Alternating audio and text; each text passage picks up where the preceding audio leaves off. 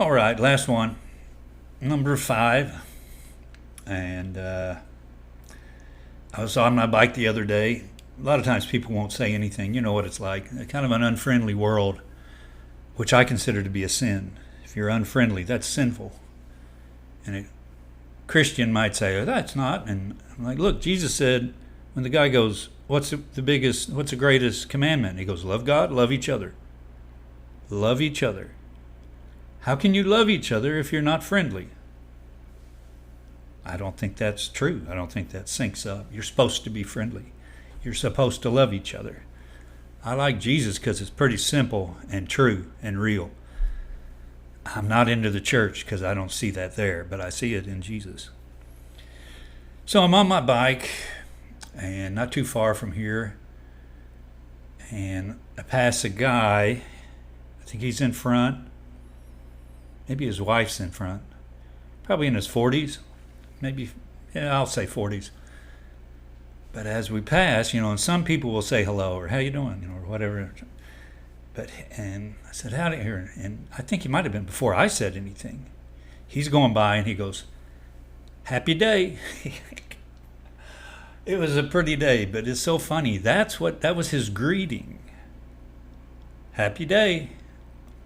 I just thought, man, that's pretty cool. Positive.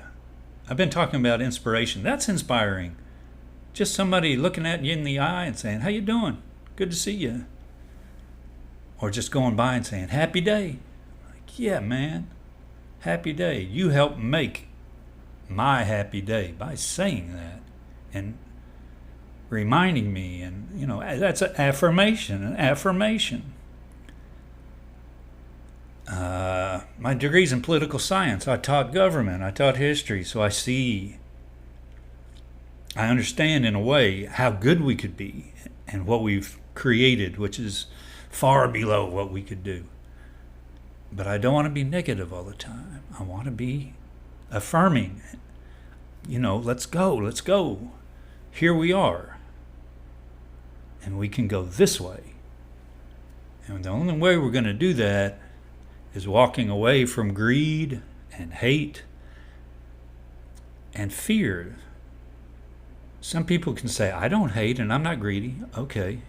But maybe you're not involved. Maybe you're fearful of being involved, so you don't participate. So the greedy and hateful people have too much power because the fearful people are back here. Just an idea. So I'm on my bike and I'm 66. I pass almost nobody. Almost everybody passes me, which is fine. I don't care. It's fun. I'm just having fun. And it's beautiful. I don't ride my bike for exercise. I ride because it's beautiful. I'm in the Ozarks, and we have a trail through the city that goes around the city. So you're not next to the cars. Everybody should have that. And it reminds you how beautiful the earth is. But I saw a guy, he passed me. Very skinny. Now, I'm skinny. I think it was later I saw a girl, very skinny. But part of me felt for them. Commiserate, because I know what they hear about being skinny. Everybody's put down. We like to judge. What did Jesus say? It's easy to see the dust in your neighbor's eye instead of the log in your own. It's easy to say, look at him, look at her, instead of look at me. But people like me that are really skinny, especially, I don't know about especially when you're younger because you're skinnier. People, it's a negative, and you hear people talk about you, and the physical appearance, it's apparent. Now, you may be mean or greedy, selfish. You don't see that, but you see the physical. Wow, you're too skinny. Wow, you're too fat. Wow, your nose is too big. Man, this is too big. This is too little. You don't have enough hair, or your skin color isn't right. Your shoes are old. It's hard, but you have to just let that go by like water, because those people are lost spiritually. They don't understand that we're a cosmic family on this planet. Not just us, but the animals and the trees, and it's all a balance.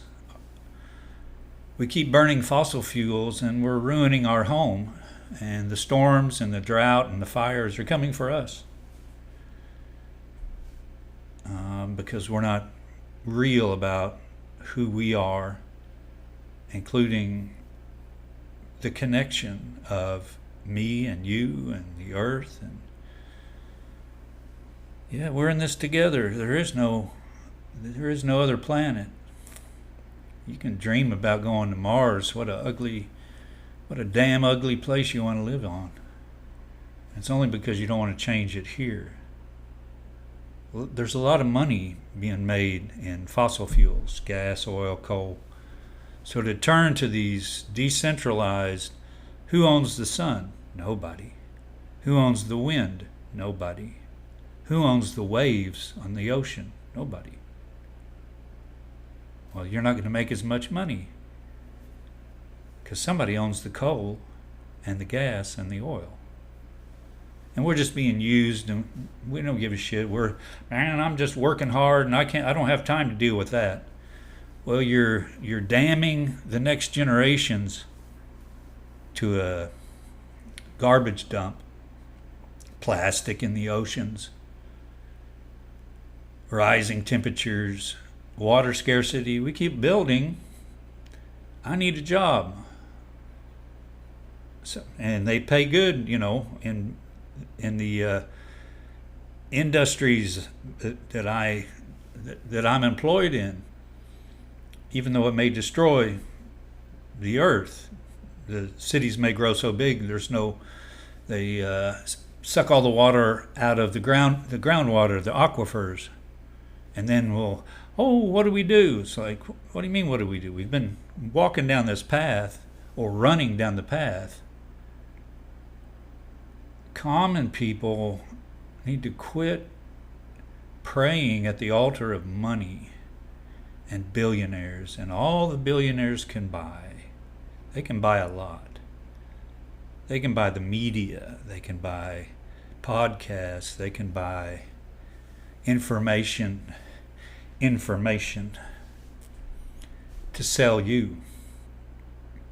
And they're not going to talk about concentrated wealth or the destruction of Earth and our home. So look around, find the better sources that aren't controlled by billionaires. There's good people out there. Our president wants to destroy NPR and PBS. They talk too much about reality. Yeah, we elected a very bad man. That's on us. We elected a guy who's trying to destroy democracy and become a dictator. And the Congress and the Supreme Court that's supposed to balance, it's not happening. The Republicans are promoting dictatorship. They're promoting taking away human rights, natural rights, which the founders. This may be the best book on the Constitution. Yeah, what were they fighting for? For a dictator? Taking away freedom of speech? Telling Harvard and Columbia they're not teaching right and you're out of here? Harvard is the oldest college in America, 1650, I don't know. I toured the campus once, and they're pointing to this one building saying the freshmen live here before they go across campus in their sophomore year. They start pointing out windows. That was Sam Adams' room. That was John Adams' room. That was John Hancock's room. Yeah. I mean, if you're into the Constitution and our history, this is a great book too. It's the only one by a woman that I've read. But yeah.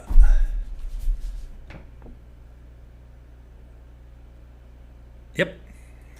And I need to, I said at the beginning of this, I'm trying to focus on learning more about what was going on and who the individuals were and what they were like. Like Madison, really smart guy, kind of sick, what's it called, a hypochondriac even. Did he ever have a job? Did James Madison ever have a real job? I don't think he did. But he was the right guy at the right time in Philadelphia for the Constitutional Convention, and he got there earlier than anybody, and had read hundreds of books probably over time, and had the Virginia Plan, was a close friend of Washington, or I don't know if close friends, but they were friends. So it's an interesting story. And I hope our story improves. And we need you. Our story's not going to improve unless citizens, individuals improve. And yeah, a lot of people are good-hearted, good people, but not very good citizens. And that's why we're so unequal.